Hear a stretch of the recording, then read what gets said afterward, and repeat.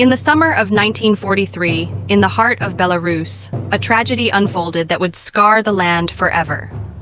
The village of Khatyn was a simple place, families tending fields, children running between wooden houses, elders watching the seasons change. Life was hard, but it was life. That fragile peace shattered when German troops, joined by local collaborators, descended on the village with ruthless intent. They accused the villagers of helping partisans. For that, the punishment would be total destruction. The soldiers moved methodically, rounding up men, women, and children. Some were forced into barns, others locked inside sheds. Torches were lit, flames caught, and within minutes, the village became an inferno. The screams of the trapped mixed with the roar of fire.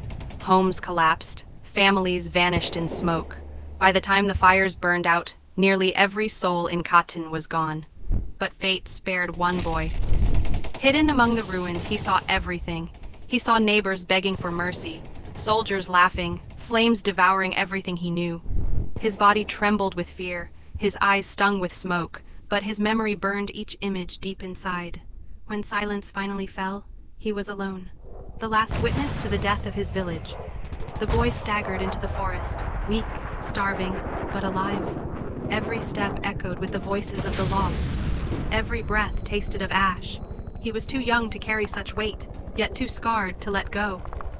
The forest embraced him with shadows, concealing him from patrols that searched for survivors. For hours he wandered, until, by chance or destiny, he found them, the partisans. These were men and women who had chosen a different path. Farmers, teachers, students, ordinary people who refused to bow. They lived in the wild, striking at German convoys, sabotaging railroads, fading into trees before the enemy could strike back. Hardened by loss, they had become the nightmare of the occupiers. When the boy told his story, the partisans listened in grim silence. They had seen destruction before, but this was different. This was too close, too cruel, too personal. In the boy's broken voice, they heard not just sorrow, but a demand for justice. A vow was made. Khatyn would not be forgotten. Its blood would be repaid. The camp shifted into motion. Rifles were oiled, ammunition counted, knives sharpened. Each fighter prepared in silence, knowing what was coming. The boy sat apart, clutching a borrowed rifle, his hands shaking. He was no soldier, yet in his heart he had already crossed a line. He was no longer just a survivor. He was a witness carrying the fire of his people. The plan was simple, but deadly. At dawn, a German supply convoy would pass along the forest road. It would be ambushed, destroyed, and turned into a warning. The night before, the forest felt alive with tension. Even the owls and crickets seemed to fall silent, as though nature itself waited for vengeance. At first light, the partisans took their positions, hidden behind fallen logs, crouched in ditches, lying flat among roots and leaves. They became part of the forest itself. The boy was placed between two veterans, his fear masked by a determined stare. The leader raised a hand, signaling silence, and then the sound came. The distant rumble of engines. The convoy rolled into view, trucks packed with soldiers and supplies, drivers unaware of what waited ahead. Dust rose behind the wheels. Boots thudded on wooden planks as soldiers laughed, smoked, and spoke of nothing in particular. They did not know death waited in the trees. The leader's fist dropped. The forest erupted. Explosions tore through the air as grenades hit the lead truck. Gunfire rained from every direction. German soldiers shouted in panic, firing wildly into shadows that were never there.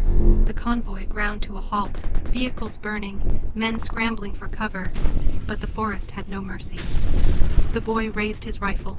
His hands shook, his eyes blurred, but he pulled the trigger. The recoil slammed his shoulder, the shot echoing through the trees. For him, it was not just a bullet. It was his family's voice, carried on fire and steel. Around him, partisans struck with precision, moving like ghosts between trees, cutting down the enemy. Minutes felt like hours. Smoke thickened, engines burned, shouts turned to screams, then to silence. When the last echoes of battle faded, the road was unrecognizable. Trucks smoldered, soldiers lay scattered. The occupiers had been broken. The partisans gathered, breathing heavily, their faces smeared with soot and sweat. The boy stood among them, his chest heaving, his rifle heavy in his hands. He had fought, not as a child, but as one of them.